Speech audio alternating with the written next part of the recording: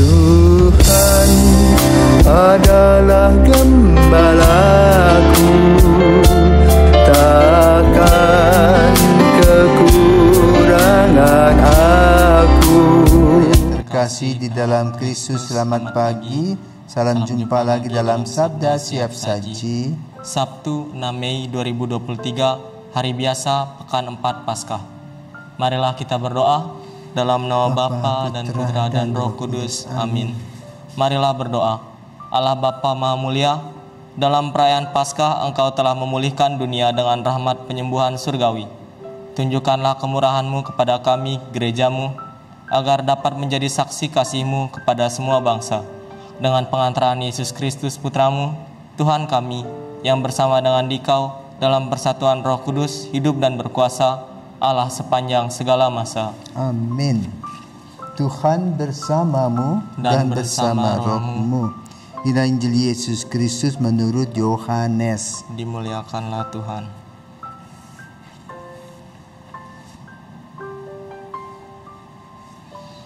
Yohanes 14 ayat 7 sampai 14. Dalam amanat perpisahannya, Yesus berkata kepada murid-muridnya, "Sekiranya kamu mengenal aku, pasti kamu juga mengenal Bapa-Ku. Sekarang ini kamu mengenal Dia dan kamu telah melihat Dia." Kata Filipus kepadanya, "Tuhan, tunjukkanlah Bapa kepada kami dan itu sudah cukup bagi kami." Kata Yesus kepadanya, "Telah sekian lama aku bersama-sama kamu, Filipus, namun engkau tidak mengenal aku. Barang siapa telah melihat aku, ia telah melihat Bapa. Bagaimana engkau berkata, tunjukkanlah Bapa kepada kami?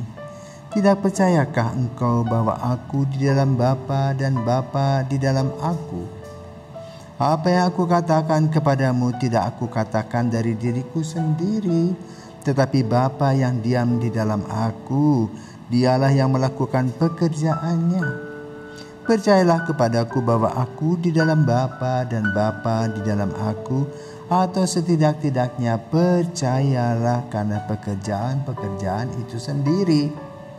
Aku berkata kepadamu, sesungguhnya barang siapa percaya kepadaku, ia akan melakukan juga pekerjaan-pekerjaan yang aku lakukan, bahkan pekerjaan-pekerjaan yang lebih besar daripada itu. Sebab aku pergi kepada Bapa, dan apapun yang kamu minta dalam namaku, aku akan melakukannya supaya Bapa dipermuliakan di dalam Anak. Jikalau kamu meminta sesuatu kepadaku dalam namaku, aku akan melakukannya." Demikianlah sabda Tuhan. Terpujilah Kristus. Romo, saya mau tanya. Ini kan dikatakan bahwa Allah Bapa itu bersama-sama dengan Yesus. Bahwa Allah Bapa itu satu di dalam Yesus dan Yesus dalam Allah Bapa. Gimana sih maksudnya tuh, Romo? Saya kurang paham. Baik, selamat pagi David. Pagi, Romo. David, dalam keluarga itu berapa orang? Umumnya 2, tapi bisa juga 3, bisa 4. Bisa 4. Lalu siapakah mereka? Kalau yang pasti itu suami dan istri, lalu kemudian ditambah dengan anak-anaknya. Anak-anak. Sering gak kamu melihat suami istri itu hidupnya baik-baik saja? Sering. Lebih banyak yang jahat atau yang baik? Lebih banyak yang baik. Yang baik. Nah, sekarang kalau kamu mau pergi, kamu izin pada ayahmu, maka apakah mamamu cemburu? Tidak. Kalau kamu menyapa mamamu, bapamu cemburu? Tidak. Kenapa? Karena mereka berdua sudah menjadi satu dalam sakramen pernikahan. Ya, mereka sudah jadi satu, dan yang minta itu anaknya mereka. Kok anak yang tidak kenal? Bingung udah mereka, ya? Karena anaknya itu misalnya, "Pak, saya mau ke seminari." "Ya." "Pak, saya mau main bola." "Ya." Tapi kalau, "Pak, saya merokok. Ya, tidak. Nah, jadi dalam keseharian itu teguran-teguran juga tergantung pada kadar pernyataan atau pertanyaan. Ya. Dan itu menggambarkan situasi keluarga. Nah, dalam Injil pada hari ini, Yesus ingin menerangkan ya, kepada publik, kepada kita, bahwa Yesus mempunyai relasi yang dekat dengan Bapa di surga. Menjadi satu kesatuan. Kamu seperti seorang anak. Apakah bertanya kepada papa mamamu, "Papa mama, kapan sih jatuh cinta? Kenapa papa mama jatuh cinta?" Ada nanya gitu? Pernah? Terus jawabannya apa? Tanya mereka ketemu di pasar di Terus? Itu dari situ papa namanya jatuh cinta. Papa jatuh cinta. Nah, karena jatuh cinta tadi, mereka saling mendekati satu sama lain, saling mengenal. Dan kemudian kamu lahir, kamu dikenal sebagai anak Bapak X itu tuh. Tentang kamu tahu, oh ini bapaknya ibunya Bapak X ini loh. Kan gitu. Ya, mereka baik-baik saja. Itulah Yesus sebetulnya ingin menerangkan kepada kita tentang relasi Bapa dengan dirinya dalam keadaan baik-baik saja. Ya. Nah, relasi yang tadi itu yang terurai dari kehidupan manusia sehari-hari, ya, keadaan baik kemudian dibuktikan oleh anak-anaknya. Sopan santun, tahu terima kasih, ya, minta maaf kalau salah. Dan anak mempunyai cita-cita yang positif. Misalnya anaknya pengen masuk sekolah. Itu buah kasih. Ya? Nah, Yesus ingin menerangkan kepada kita semua, ya, bagaimana relasinya dengan Bapa begitu dekat, dan relasi itu menghasilkan buah kasih. Ya? Baik dalam bentuk nasihat-nasihat, sabda-sabda yang Yesus sampaikan kepada kita, mujizat-mujizat, bahkan mujizat yang paling besar adalah Yesus wafat, bangkit, dan menyelamatkan. Ketika Yesus berbicara tentang relasi Bapa Putra, yang satu adanya, para murid belum paham.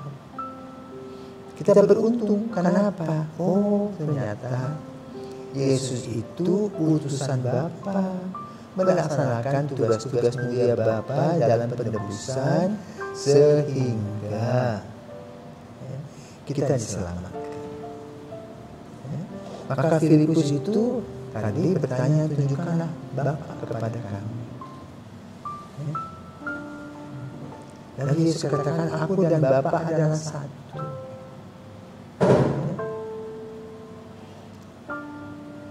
Orang tua sering ditanya, tunjukkan dong anakmu yang mirip siapa. Atau begini, satu hari saya pernah bertemu dengan seorang ibu teman mami saya. Mereka berpisah sudah 30 tahun. Mami saya pindah ke desa, saya lahir. Lalu saya besar, saya ke Jakarta lagi, dan jadi frater. Lalu kebetulan saya diajak teman saya frater yang lain berkunjung ke tante itu, rumah ibu ini. Kemudian dia bilang, ini muka ibu ya, muka temanku. Lalu sebutkan namanya mami saya, kaget saya. Gak bisa lari kamu anaknya si ini. Wah, betul tante. Tante kenal siapa, kenal di mana? Kita masih masa remaja, masih kecil-kecil sama-sama. Sudah 30 tahun kita berpisah. Jadi sesudah itu, di mana mamimu itu? Saling berkunjung kembali. Karena mukanya saya ini. Gitu. Ya? Juga satu kali satu pastor pergi mengunjungi saya di Flores of saya top itu, di Borong Manggarai. Kakek ini umur 70-an seperti saya sekarang lah. dia bertemu dengan beberapa umat. Ini anak Diong, anak ini ya, anak sini. Kok katakan mukanya seperti bapamu, mukanya seperti ibumu disebutkan. Betul semua. Ya, jadi kalau bertemu Yesus sebetulnya Filipus mesti lihat dia memang di balik wajahnya Yesus itu ada Bapa di sana. Seperti itu. Secara fisik masih bisa kelihatan. Kamu punya mirip mama atau bapak, kadang-kadang mirip bapamu, kadang-kadang mirip mamamu, itulah anak.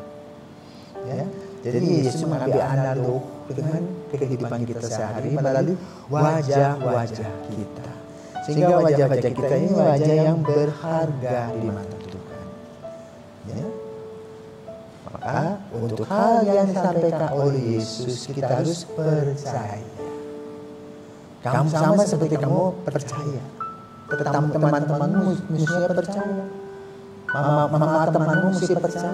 Punya anakku. Kan dia nggak tahu kapan kamu melahirkan. Tapi kamu ada kemiripan dengan wajah. Itu yang disampaikan Yesus kepada publik dan khususnya kepada Filipus untuk melihat bahwa ada kemiripan yang Tuhan berikan kepada kita sebagai buah-buah kasih Tuhan. Maka jagalah nama baik orang tua dalam situasi ini. Jangan ngawur, kasihan mereka. Ya, para pemirsa, kiranya demikian pertemuan kita bahwa Allah melahirkan kemiripan kita dengan orang tua, apalagi Yesus yang ingin menampilkan Bapa di surga. Ya. Dia ingin menampilkan bahwa apa yang dilakukan oleh Yesus adalah utusan Bapa.